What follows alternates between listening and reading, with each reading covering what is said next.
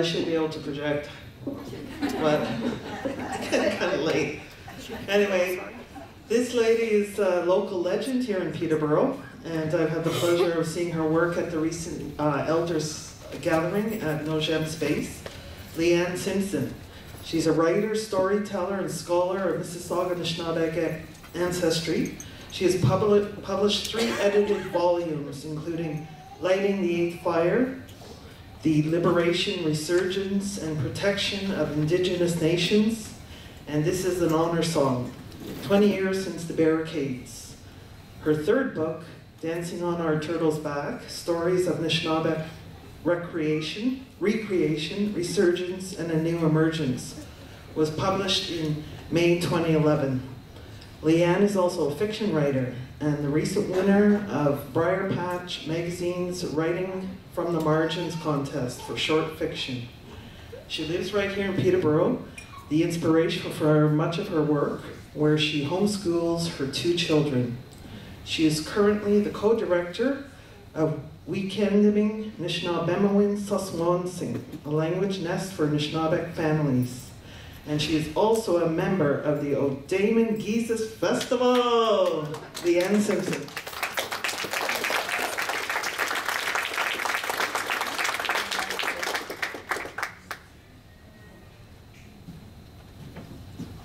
Anin Kinawaya. My name is Leanne Simpson, and the first piece that I'm going to perform tonight is about some of the sacred mounds that we have in my territory on the north shore of Rice Lake.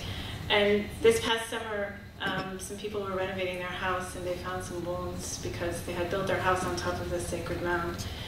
And in the time since then, the communities of Hiawatha and Curd Lake and Alderville have been aggressively negotiating for what should happen next. And so this past summer I asked Doug Williams to take me to the site because I wanted to see my grandmother.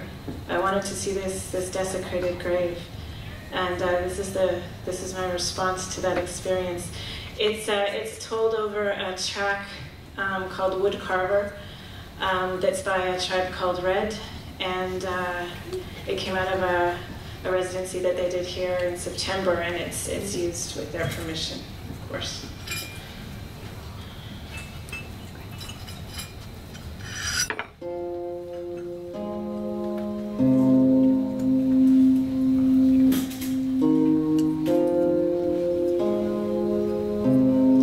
Jibe or Antasoke.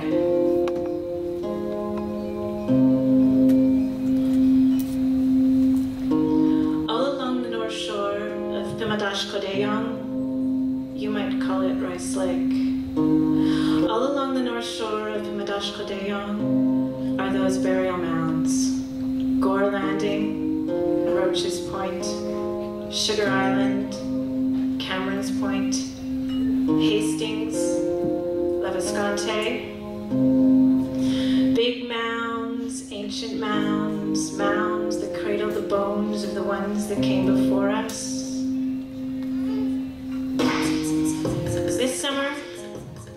This summer, some settlers who live right on top of that burial mound in Hastings, right on top, were excavating, renovating, backhoeing, new deck, new patio, new view. Please pass the salsa.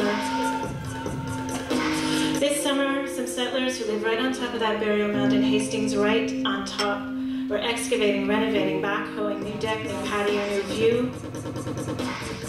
And they found a skull. Call 911, there's a skull. Call 911, there's more. Call 911, Jibe. Breathe. We're supposed to be on the lake. We're supposed to be gently knocking, and gently parching, and gently dancing, and gently winnowing. Breathe. We are not supposed to be standing on this desecrated grave, looking, not looking, looking, not looking, looking, not looking, looking, not looking.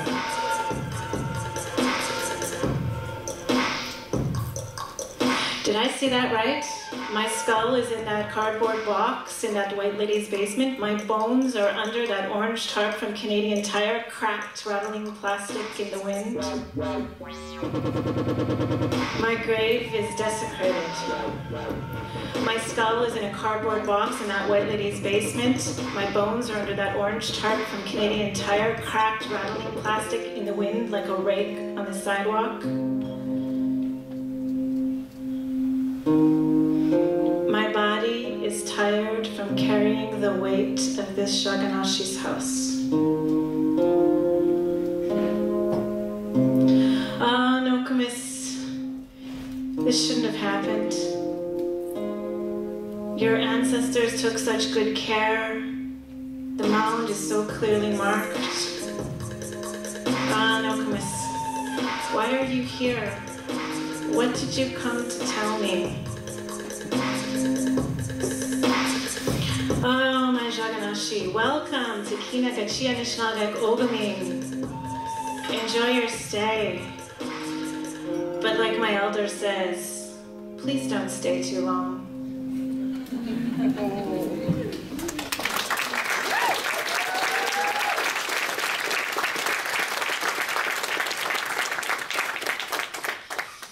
The second piece I wrote in the late fall in response to the housing crisis in Attawapiskat, and more specifically about how the media dealt with that crisis.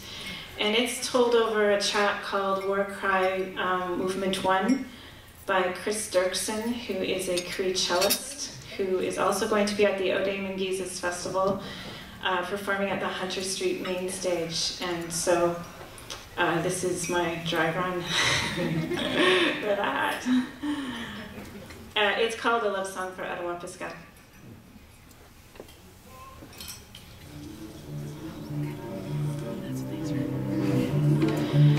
They fed me one story and then another, until it unraveled like the ball of wool it always was. White lies are like that. But me, I see different because I have no home for feelings like these. On my TV, I saw your kids' brown eyes carry light across the screen. I saw Kwezan's shy smile carry 10,000 years of benevolence. I saw those chubby brown toddler legs and rosy cheeks full of dodo. I saw the lines on your kukum's face, the ones that trace you from the beginning of time, the one whose body is a magnificent instrument of story. On my TV, I heard that anti-silence, because you can hear silence if you try. I heard your elders, I heard your musicians, I heard your poets, I heard your storytellers. I heard your beaters, I heard your fasters, I heard your musicians. I heard your hunters, your trappers, your fishers. I heard your medicine people. I carried the sound of your big river rushing, crashing, birthing life over land, birthing life over diamond rings, birthing life over sewage. I carried that brave one's voice with me, the young one on the stolen hill, telling the Gima that never listens, the Gima that can't listen, the Gima that refuses to listen, like she wants a school. And in your bright blue sky, above the cold that cracks bones, I carry a lone Canadian flag missing its spine, one red stripe shredded and lost, the other blown away in the breath of the parting rocks.